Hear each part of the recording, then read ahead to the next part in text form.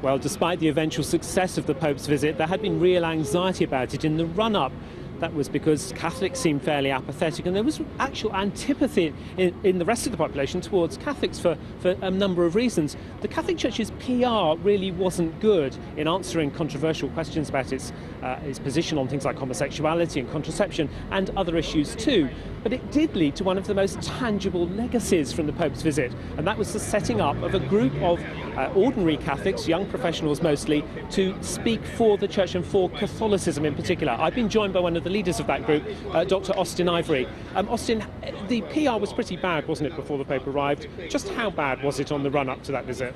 Well, I think what was missing was a means of connecting ordinary Catholics with TV and radio studios, and an ability to talk compellingly, humanly, in short interviews like this about what the Church teaches and presents. That's not actually easy to do. We did it by a fair amount of training and intensive briefings. You trained young professional people in what many people would say was quite a polished way in the dark arts of spin, didn't you? Well, I don't think there's anything dark about learning to state things clearly and compellingly and humanly in short spaces of time. And that's what we were doing. We got together, we looked at the issues which society often finds baffling and difficult about what the Church teaches, and we said what really lies behind that difficulty and understanding. And we looked at that and we found ways of putting across key messages about that teaching, and I think it worked pretty well. And it's here to stay, isn't it, now? It is, and we're now creating an academy, a forum by which people can learn to speak a new kind of public language. I think that's what's needed now for the Church in this country, is to learn to speak in that public sphere. Despite all that, the Pope's visit was presented as a success, and it was in many ways, but it's left many problems still, hasn't it, existing. Things like a lack of understanding of the Church's position on issues like homosexuality, contraception, there's the whole sex abuse issue, of course.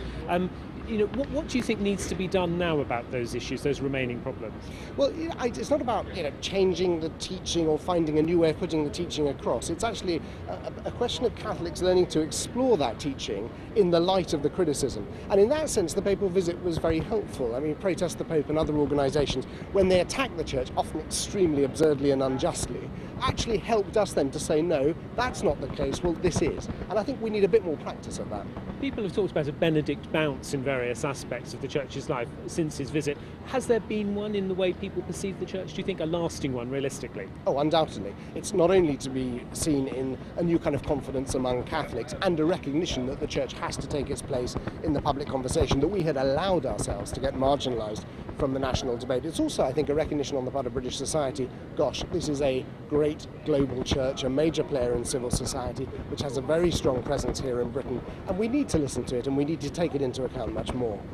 And of course you happen to be one of the leaders of Citizens UK, which is one of the chief movers and shakers of the move towards a big society. Do you share Archbishop Vincent Nichol's concerns recently stated, the leader of the Church in England and Wales, about the way that's unfolding, that it lacks teeth and could just be a cover for cuts? The big picture is that over the next few years the state is set to shrink and poor people are going to find themselves with less and less support. Necessarily, therefore, the charitable sector, civil society, and among that the Church is a major player, is going to be asked to shoulder a greater part of the burden. Now the Church is saying, Citizens UK is saying to the government, look, great, let's have a new partnership, but let's be accountable. We want to be listened to.